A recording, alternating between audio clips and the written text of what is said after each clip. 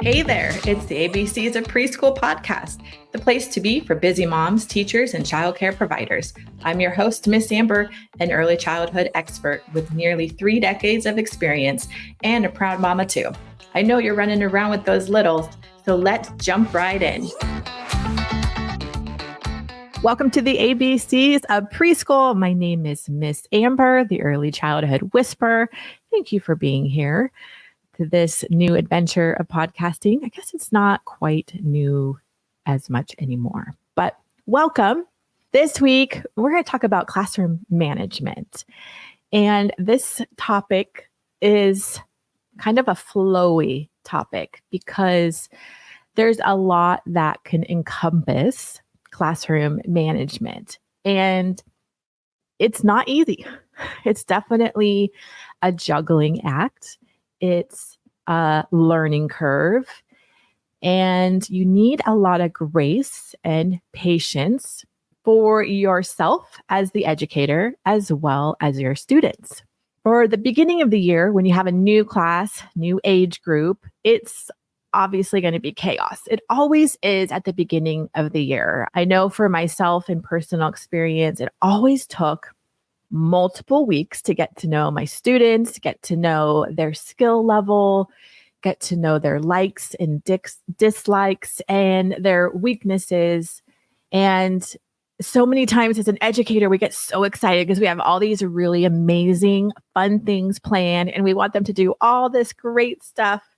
Yet when you're teaching littles, especially like the 2s or the 3s, you can barely get through one project on some days, and that's okay. But the topic of classroom management, I got an email recently asking for some help with a 3-year-old class. A school has been struggling with a 3-year-old class, and it really got me to thinking about classroom management. And this was actually a podcast episode I was going to record. But a lot of our kids coming into preschools now are struggling in a sense of attention spans. So I look at classroom management now as sometimes we have to throw the old ways out the window and come up with new ways. But there are some foundational pieces to classroom management that I think are the foundation and that should always be the foundation. And we're going to talk about that today. So classroom management is something probably as an early childhood educator, you may have struggled with, continue to struggle with. Maybe it was easier a few years ago. Maybe you're struggling with it now because, if we think about technology and our children and our students, everybody's attention span is gone out the window. We live in a world that is very fast-paced, and we get instant gratification so much from technology that I think it's coming into the classrooms in a sense. So how can we successfully teach our little ones in early childhood education? And classroom management is so important for a calm, successful school year. And it has to do with us. We are the leader. You, as the educator, are the leader of your classroom. If you are stressed, if you are anxious, if you are scattered, if you are unprepared, it is going to trickle down to your students, and they are going to be stressed and anxious and unprepared for the next class that they are moving into. So you have to go into your classroom and classroom management as you are the boss. You're the leader. You're in charge of your classroom. And when you walk into those doors every morning, I think the first and main thing is a smile on your face. Love, joy, and happiness should be radiating from you to your students. For anyone to thrive in an environment, there must be love, kindness, and acceptance and encouragement. Imagine yourself in a relationship, any relationship. I don't know if you've been in a relationship. Most of us have been in a relationship in our lifetime that was toxic, whether that was a friendship whether that was work, was not serving you well and you were stressed all the time. So you have to flip the script. You are the leader. You are the educator. You are the teacher of your little ones. So you need to show up every day with love and kindness and joy in your heart, ready to love on your little ones. If you're ready to love them, accept them, and learn and grow with them with respect, they're going to thrive in your environment. So that's step one. Every day, no matter if you're having a really hard day on the outside of your classroom, try to leave it behind, because your little ones, your students, don't deserve the hard and messy that's going on in your adult life. I remember I opened up a new school a year ago, and I showed up with all the love and joy and kindness in my heart every day, and enthusiasm every day. So that was the first step that I was doing right. But I was struggling with this new school, this new environment, with classroom management. Kids were running. The staff were just letting kids run and go wild. The staff felt overwhelmed. So if you're in a situation right now and you're saying, okay, Amber, I show up every day. I am happy, I'm joyful, and I am full of love, but I am struggling. The next part is for you. I was struggling a whole lot with the school I took over a year ago, really struggling more than I have ever struggled in my almost 30 years in this industry. I don't know if it's a shift with kids coming in. Well, part of it was I was taking over a very strict Montessori program. And when I say strict, I mean strict. The former person was just really, really strict. And there was all the kids were put into a very tiny box and had to be a certain way. So here I come in with yay, I'm excited. And I just love having my program set up for kids to thrive and be happy. I want them to laugh. I want them to run. I want them to have fun. I want them to be little. So it was like the polar opposite. So it took me months to get a hold of this school. And if you've got the joy in your heart, the next part is really setting up and defining a clear daily schedule. For classroom management to work, you've got to come up with a schedule and you've got to stick with it. Now, all of us educators know that not every day we're going to be on a schedule, and not every day our art projects are going to work, and our curriculum that we think we plan and that's going to be awesome, it just may be a total flop, and you might have to readjust everything. So you have to have flexibility. We've got to have flexibility in our classroom management, but to the core of it, we've got to have a daily routine. Kids need routine. They need boundaries. They need to know where they're supposed to go next. That makes them feel safe. So the thing we were struggling with the new school with was the schedule. And it was a very unique situation because it was a big, giant one-room school for all different ages. And I haven't run my program like that for years. When I was in my home, it was a one-room school, but we would have different ages on different days. So this school was infants through kindergarten in one big, giant building. And so that created kind of some roadblocks in our scheduling. And so we had to work it out. So we created a really good schedule. But even if you create a really good schedule, you have to have the team members actually follow through. So if you have the love and the joy and the excitement, you've got a really great schedule that you know is going well. The next is team. And do you have the team to implement your schedule, to follow through with the schedule, to create a thriving classroom environment? And that was the next thing that I was missing.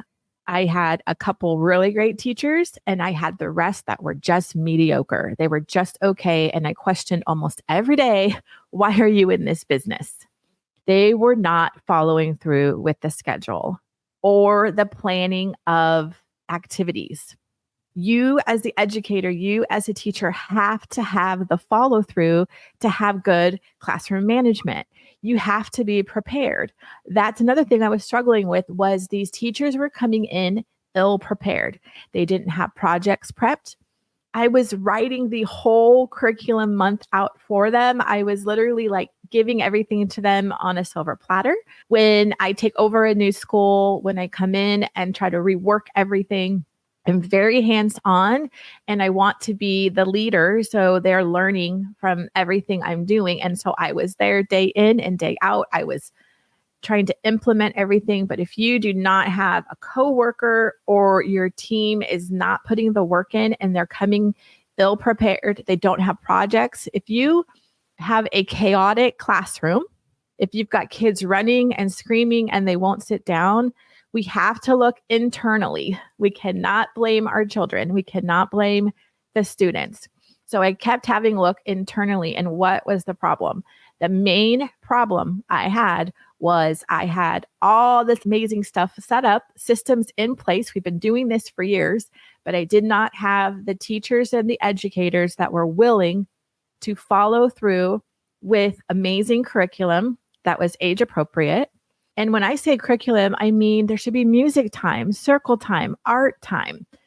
They should have free play. There should be sensory bins. We have to meet all of our students just as they are.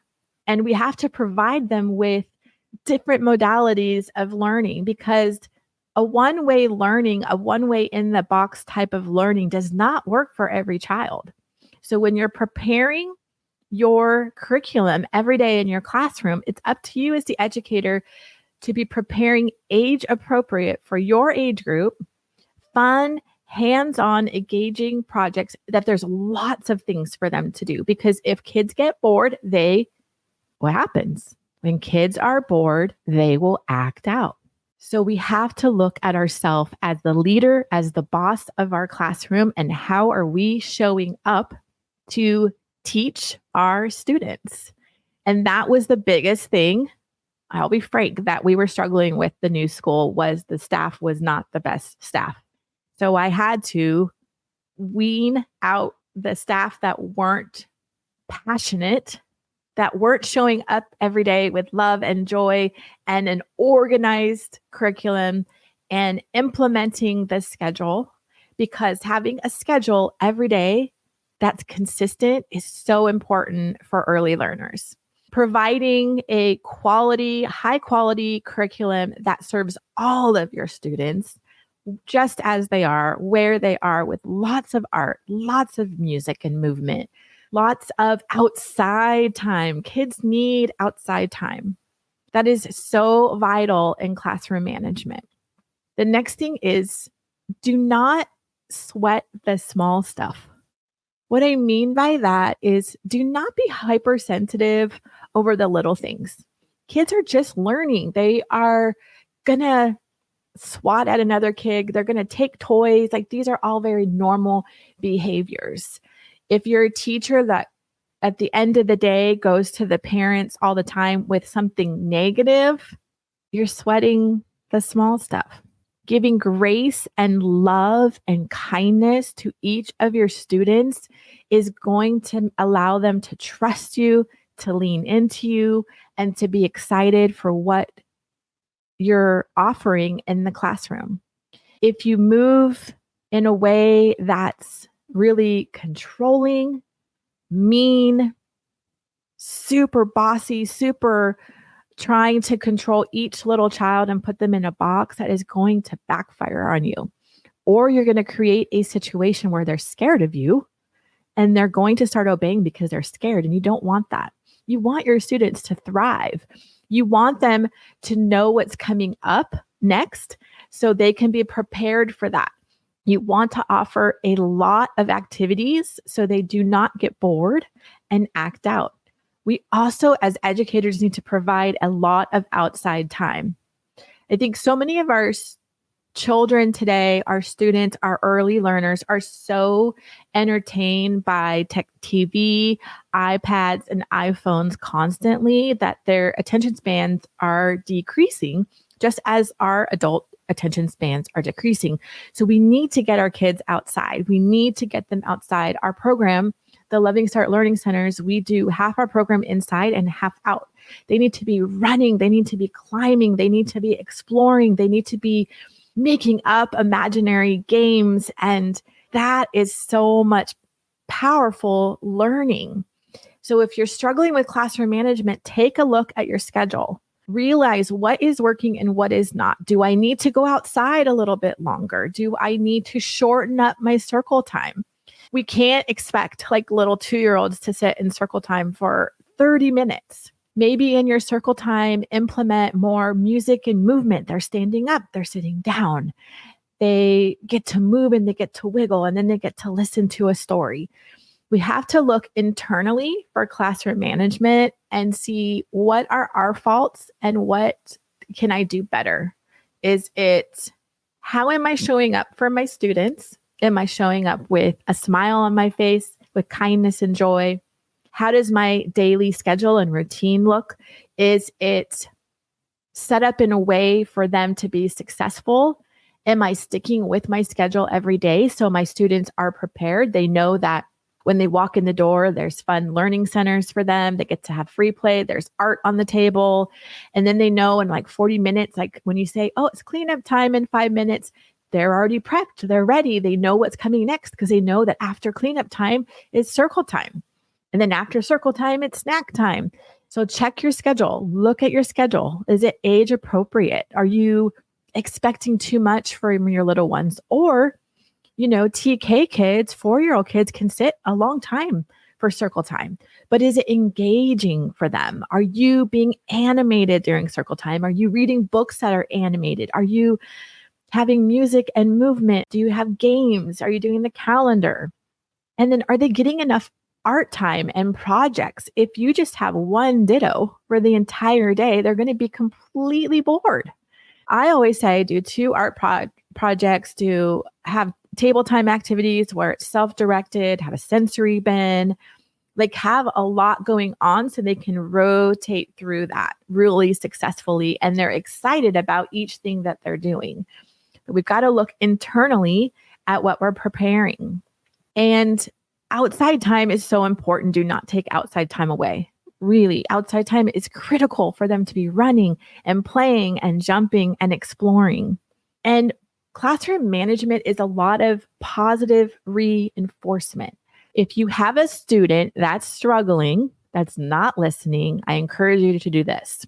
I learned this a long time ago from a psychologist. It's amazing technique. Any attention, whether negative or positive, is attention. So if you're having a child that is really struggling, every time they do something right, I don't care if they're just sitting and coloring or if they're walking to the next area nicely, go over and beyond to compliment them. I love how you're sitting. Wow, you're doing such a great job sitting. Oh my gosh, look how well you're walking to the bathroom. Wow, I'm so proud of you. Go over and beyond their positive behavior. When they do something negative, ignore it. Ignore it. Now, obviously, if they're harming a child, we cannot ignore that, right? But I would say for all of your students, go over and beyond with the positive encouragement. They're going to thrive on that. Words of praise go so far, but words of negative are harmful. Like they really are. And even if you have a child really struggling, bend down on their level, hug them, love them, give them grace, because we don't know what's going on at home. We don't know what they're struggling with. And as educators, we know if little ones are struggling with something at home, or if there's maybe a breakup in the family or a death of a pet, they're going to act out. They don't really have the words to process what's going on. So as an educator, part of your classroom management is to love and accept each of your children. And the hard ones especially need your love. They need your hugs. They need you to get down on their level. When you're talking to them, be calm and quiet.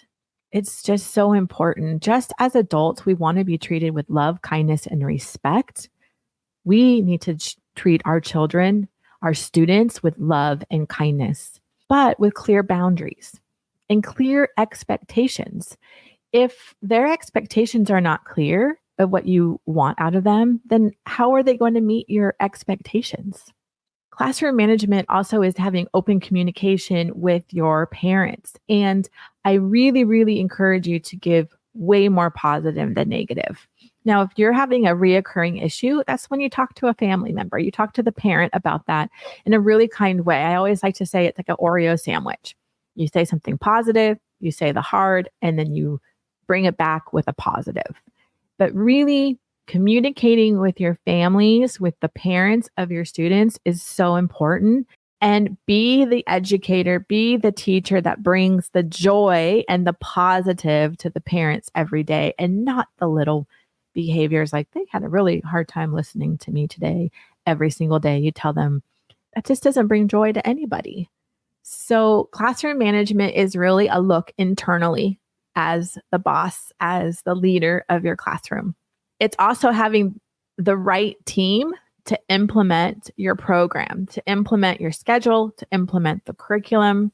If you're an educator, if you're a teacher and you're struggling with a co-teacher that is bringing negativity into a classroom and is not supporting you positively, I would actually tell you to reach out to your director, reach out to your boss, have a really open conversation.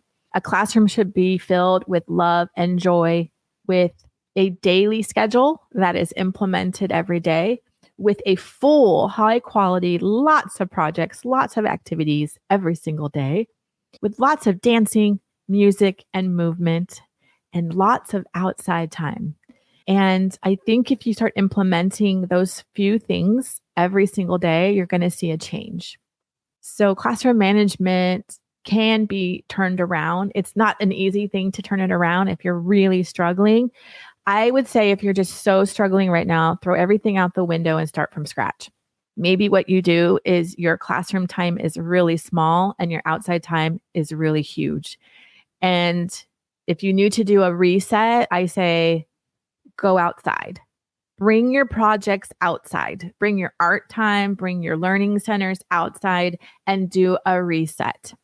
And then go backwards and start everything new. Look internally. Am I showing up every day positively for my students? Is my schedule working for my students? Are my projects working? And how I'm teaching them. Go with the positive reinforcement. I mean, over the top positive. Every time you see a student doing something right, just tell them, I love how you're playing with your friend. Oh my goodness, you just shared that toy. That is so kind. You're so kind. Our little humans need as much positivity as we can give them, because as they grow older, as we all know as adults, it is so rare for us to hear the positive. People are so quick to say the negative. So as little humans, we need to be speaking love and kindness and positivity into their life. I mean, over the top, because it's going to fill their love banks. And then they're going to want to participate. They're going to be thriving at school when we do that. So those are my tips on classroom management. Thank you so much for joining me. Wish it, dream it, do it. I wish you have just a fantastic week. And thanks so much for listening. Visit me at thelovingstartway.com.